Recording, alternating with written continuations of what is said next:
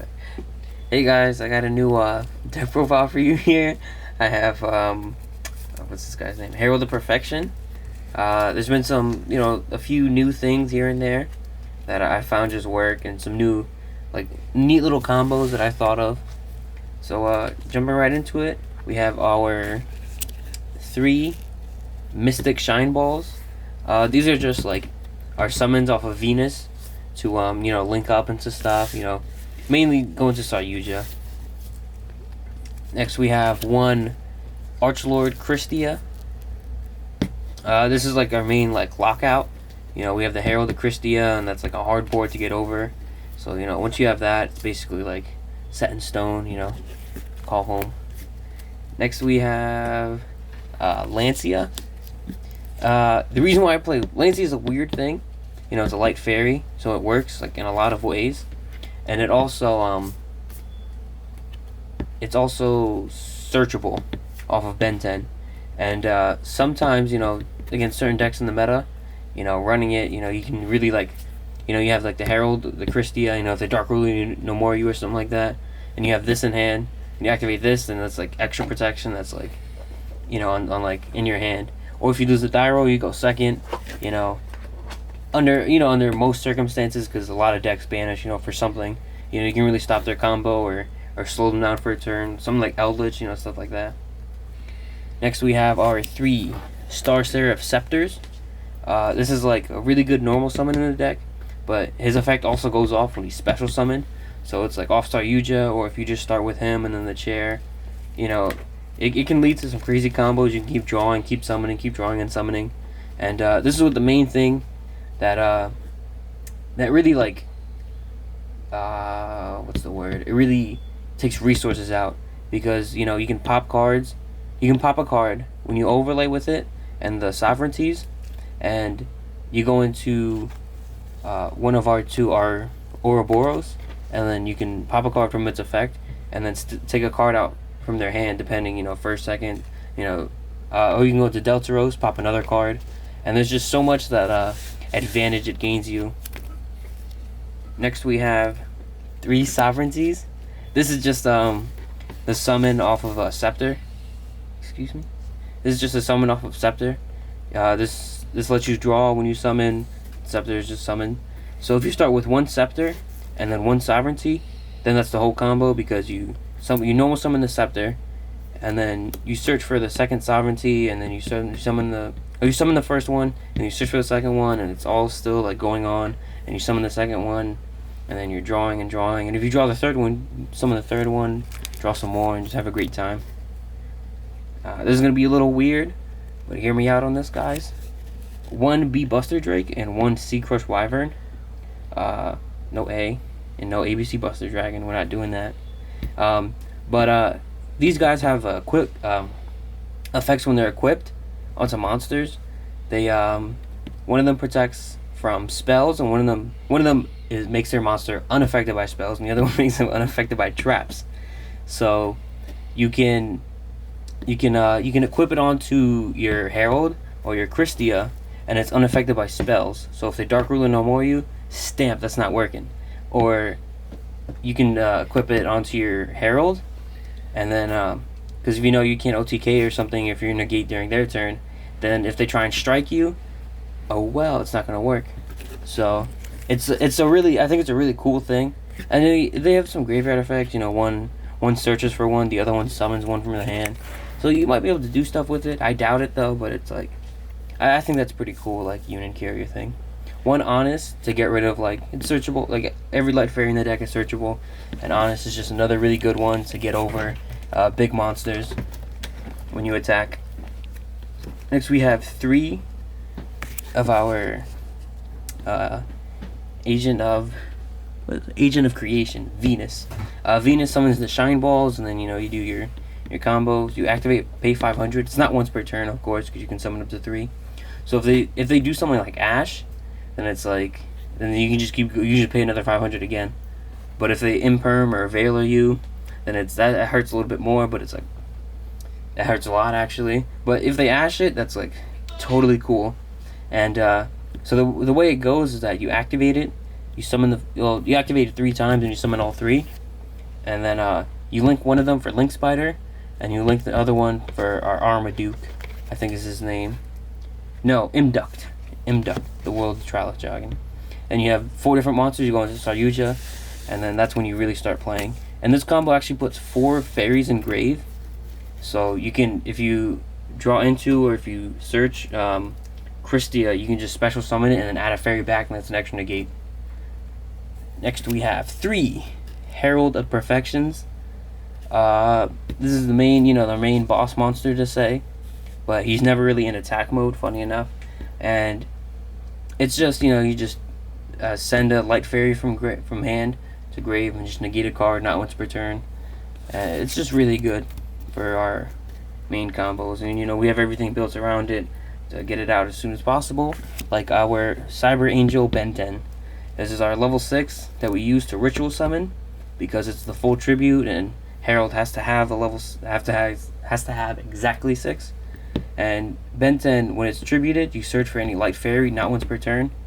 So it really does work really well, because you can just constantly keep searching if you ritual summon, and you can search for the things like artifact. You can search for discard fodder. You can search for honest, Christia, the star scepters or sovereignties, and you can. It really gets a lot of combos, a lot of the different combos in the deck going. Moving on to our spells, we have 2 transmodifies. I really like transmodify because you can do some fun stuff with it. Like, you can transmodify the Mystic Shine Ball into Venus, which isn't actually the best thing, but it's better than nothing. But if you can really extend, then you can transmodify the Venus into Star Scepter or Sovereignty. Usually, probably more likely you're gonna go into the Scepter if you have the Sovereignty in hand, because then you can get the combo going. And if so many monsters on the field, there's so much going on, it's gonna be a great time. But if things are going really bad, and you can normal summon the Scepter, and you can transmodify it into Lancia, so then at least you have Lancia on the field, because I think you can still tribute it from the field.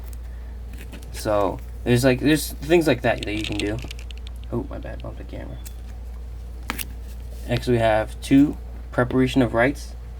This is just I think 3 is really good, but just because it's a hard once per turn and we're drawing so much, that once you run into 1, you're good, obviously, because it's once per turn.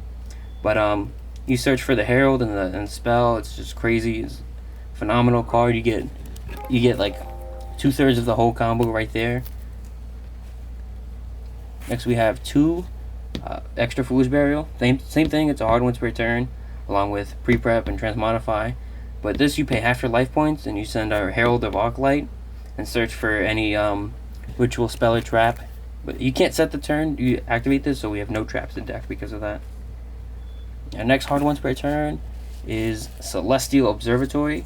You can send a level 6 monster from your hand or face up from the field on the bottom of the deck, and then draw 2 cards, which is a really good card, because if you have like an extra Benton or extra Herald that you don't really want to see right now, you can just put it back in and then draw.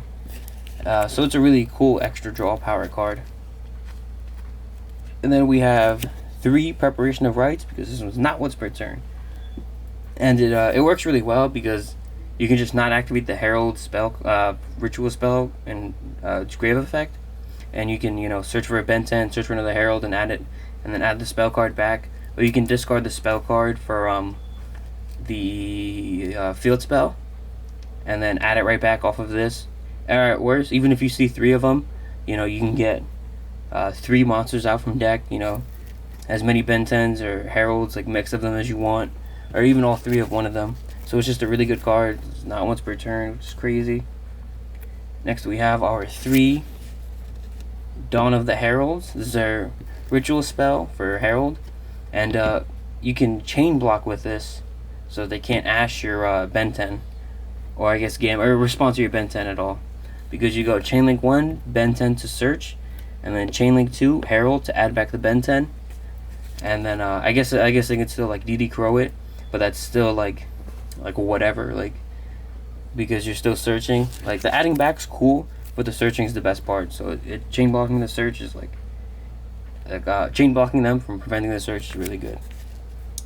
Ritual Sanctuary. This is a really crazy card, especially when you get to like mid game stuff.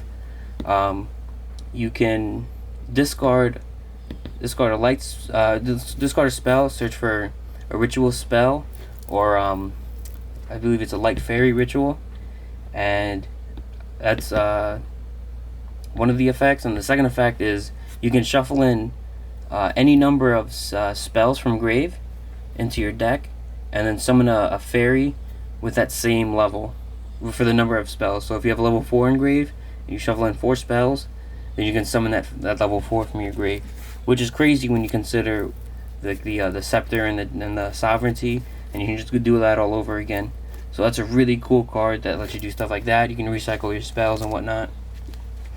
And moving on to the extra deck, we're going to start with our 2 synchros. Herald of the Arclight. This is mainly for extra Foolish Berry. We send this, and then we search for anything. It also puts a fairy in grave. You can't summon this off of the field spell, of course, because it wasn't properly summoned. For our 2 rank 4s, we have Ouroboros and Deltaros. These are depending really on if you go first or second. If you're going first, you're going to go over Ouroboros, so you can send a card from their hand to the grave.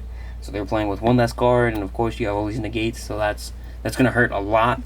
Or Deltaros, if you're going second, because you can pop a card twice because of his effect, and then from Scepter's effect. So those are 2 really handy cards. For our Link 4s, we have Bogle Sword, Avermax, and Saryuja. These aren't Bogle Sword, Avermax aren't extremely often, but they do come up here and there for certain times. When you can just finish them off, and you don't need the Herald anymore. They have no more resources, and you really want to get that extra just like punch in. Avermax, because under certain conditions you can summon him and then have the Herald, and then they can't attack over it, so they have to deal with the Avermax first, which is tough, especially under negates. And then Saryuja, of course, for the Venus combo. You summon, you draw and stuff like that. You fix your hand a little bit, and you can also special summon the Christie off of him. And of course, everything gains 300, so Christie is like 31. So he's like tower, not like or Cleaford Tower, but For our nightmares, we have 1 Phoenix, 1 Cerberus, just to really get rid of problems. And sometimes you can have like Link Spider, and then you can go into him, or either one of them, and then discard, pop a card, draw a card, just get a little advantage going, and then lead into Saryuja somehow. For our Link 2s, well, let's start with our light Link 2s. Hippo Shinigami and Mirage, Herald of Mirage Lights. These 2 are mainly for like Avermax combos, like trying to link them into. And sometimes you just have a really bad hand, and Herald of Mirage isn't that bad, because if they destroy it, you can add a Herald and a Benton back. And if you have a Benton on the field, then your Herald of Perfection gains 2 more negates. So he can really help out sometimes, but like I said, you just go into Avermax and stuff like that off of these 2. And Hip, of course, you beef up your light monsters. We have 1 Cross Sheep for extending. I like them a lot better when we had 3 instant fusions. I like to play with them online, and it was like some crazy stuff you can do with them. It was just wild.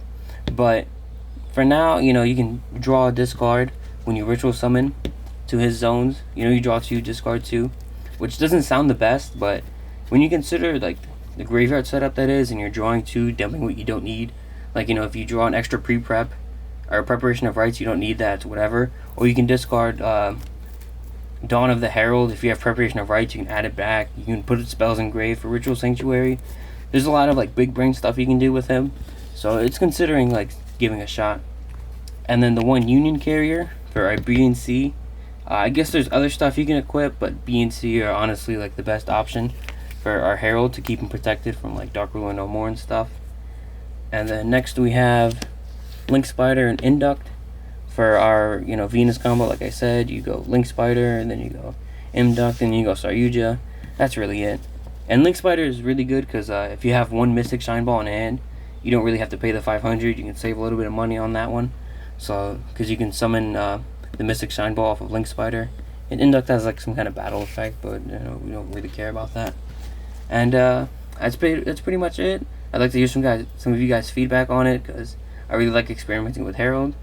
So yeah, that's all.